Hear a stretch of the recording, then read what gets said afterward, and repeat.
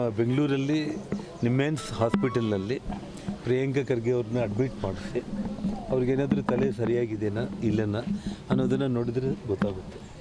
RSSನ ಅಲುಗಾಡಿಸೋದಕ್ಕೆ ಯಾರ ಕೈಲಾಗಲಿಲ್ಲ. ಈ ಪ್ರಿಯಾಂಕಾ ಖರ್ಗೆ ಕೈಲಿ ಏನಾಗುತ್ತೆ ಏನು ಆಗಲ್ಲ ಅಂತಂದು ಗೊತ್ತಿದ್ದು ಕೂಡ ಒಬ್ಬ ಹುಚ್ಚಿನ ರೀತಿಯಲ್ಲಿ ಮಾತಾಡ್ತಾರೆ ಅಂತಂದರೆ ನಾವು ಇದಕ್ಕೇನು ಅದೊಂದು ಹುಚ್ಚದ್ದು. RSS ಬಗ್ಗೆ ಮಾತಾಡಬೇಕು. ಯಾವುದೇ ರೀತಿಯಲ್ಲಿ ನಾನು ವ್ಯತ್ಯಾಸ ಮಾಡಲ್ಲ. ಕಂಪಲ್ಸರಿಯಾಗಿ ನಾನು ಕಾಂಗ್ರೆಸ್ಸು BJPಯನ್ನು ವ್ಯತ್ಯಾಸ ಮಾಡೋ ಪ್ರಶ್ನೆ ಬರಲ್ಲ. ಎಲ್ಲರಿಗೂ ಸಮಾನವಾಗಿ ಅಮೌಂಟ್ ಹಂಚಿಕೆ ಮಾಡ್ತೀನಿ ಅಂತ ಹೇಳಿದ್ದಾರೆ. ಇವಾಗ ನೋಡೋಣ, ಇನ್ನೊಂದು 15 ದಿವಸದ ಒಳಗಡೆ ಅವರು ಮಂತ್ರಿಮಂಡಲ ವಿಸ್ತರಣೆ ಎಲ್ಲ ಮುಗಿದ ಮೇಲೆ ಎಲ್ಲ ಶಾಸಕರಿಗೆ ಪ್ರತ್ಯೇಕ ಅನುದಾನ. ಹಿಂದೆ ಸಿದ್ದರಾಮಯ್ಯ ಅವರು 25 ಕೋಟಿ ಹಣ ಕೊಟ್ಟಿದ್ದರು. ಆ 25 ಕೋಟಿ ಹಣದಲ್ಲೇ ನಾನು 15 ಕೋಟಿ ಗಂಗಾವತಿ ನಗರಕ್ಕೆ 10 ಕೋಟಿ ಅಮೌಂಟು ಆನೆಗೊಂದಿಗೆ ನಾನು ಕೊಡ್ತಾ ಇರೋಂಥದ್ದು. ಇವಾಗ ನಮ್ಮ DK ಶಿವಕುಮಾರ್ ಅವರು 50 ಕೋಟಿ ಕೊಡ್ತೀವಿ ಅಂತ ಹೇಳಿದ್ದಾರೆ.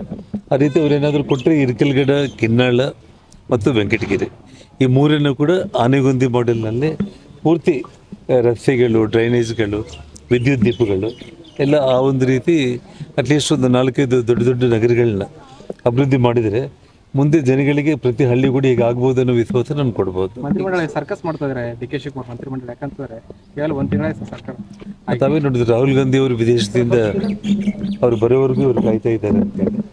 ಅವರು ಫಾರಿನ್ ಟೂರ್ ಮುಗಿದ ಮೇಲೆ ಇವರು ಡೆಲ್ಲಿ ಟೂರ್ ಸ್ಟಾರ್ಟ್ ಆಗುತ್ತೆ.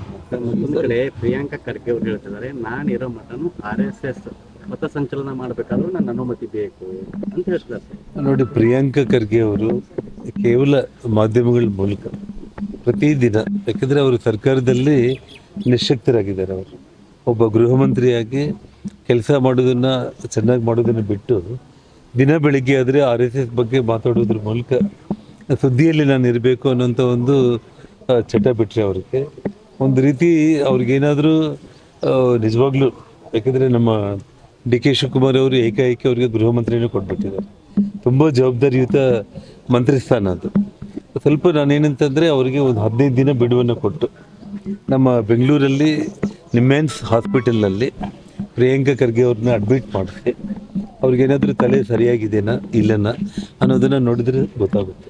ಯಾಕಂದರೆ ಜವಾಹರ್ಲಾಲ್ ನೆಹರುವಿಂದ ಹಿಡಿದು ಇಂದಿರಾ ಗಾಂಧಿಯಿಂದ ಹಿಡಿದು, ಅಂದರೆ ಇವರ ತಂದೆ ಕಾಲದಿಂದ ಇವರು ನೋಡಿರುವಂಥ ರಾಜಕಾರಣಿಗಳು ದೇಶವನ್ನು ಆಡಳಿತ ಮಾಡಿರೋರಿಂದ ಹಿಡಿದು RSSನ ಅಲುಗಾಡಿಸೋದಕ್ಕೆ ಯಾರ ಕೈಲಾಗಲಿಲ್ಲ. ಈ ಪ್ರಿಯಾಂಕಾ ಖರ್ಗೆ ಕೈಲಿ ಏನಾಗುತ್ತೆ ಹೇಳಿ. ಸೊ ಏನು ಆಗಲ್ಲ ಅಂತಂದು ಗೊತ್ತಿದ್ದು ಕೂಡ ಒಬ್ಬ ಹುಚ್ಚಿನ ರೀತಿಯಲ್ಲಿ ಮಾತಾಡ್ತೇನೆ ಅಂತಂದರೆ ನಾವು ಇದಕ್ಕೇನು ಹೇಳಬೇಕು?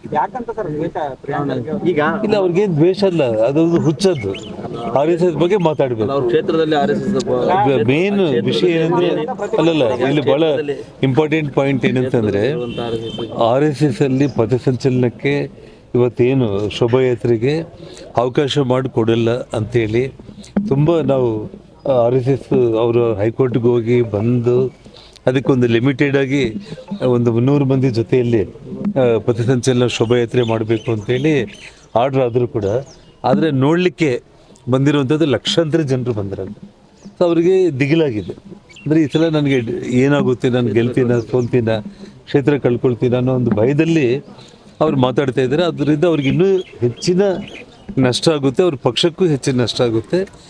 RSS ಅಂತಂದರೆ ಇವತ್ತು ದೇಶಭಕ್ತರು, ನಮ್ಮ ರಾಷ್ಟ್ರೀಯತೆ, ಒಂದು ನಮ್ಮ ಸಂಸ್ಕೃತಿಯನ್ನು ಮಕ್ಕಳಿಗೆ ಕಲಿಸಿ ಒಳ್ಳೆ ಹಾದಿಯಲ್ಲಿ ತಗೊಂಡೋಗೋ ಇನ್ಸ್ಟಿಟ್ಯೂಷನ್ನ ಅವರು ಮೆಚ್ಕೋಬೇಕು. ಅವರು ಅದನ್ನು ಬಿಟ್ಟು ಈ ರೀತಿ ಮಾತಾಡ್ತಿರೋದು ದುರದೃಷ್ಟ.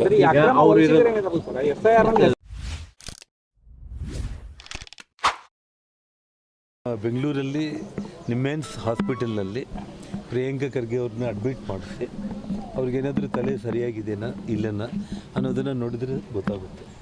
RSSನ ಅಲುಗಾಡಿಸೋದಕ್ಕೆ ಯಾರ ಕೈಲಾಗಲಿಲ್ಲ. ಈ ಪ್ರಿಯಾಂಕಾ ಖರ್ಗೆ ಕೈಲಿ ಏನಾಗುತ್ತೆ ಏನು ಆಗಲ್ಲ ಅಂತಂದು ಗೊತ್ತಿದ್ದು ಕೂಡ ಒಬ್ಬ ಹುಚ್ಚಿನ ರೀತಿಯಲ್ಲಿ ಮಾತಾಡ್ತಾರೆ ಅಂತಂದರೆ ನಾವು ಇದಕ್ಕೇನು ಅದೊಂದು ಹುಚ್ಚದ್ದು. RSS ಬಗ್ಗೆ ಮಾತಾಡಬೇಕು.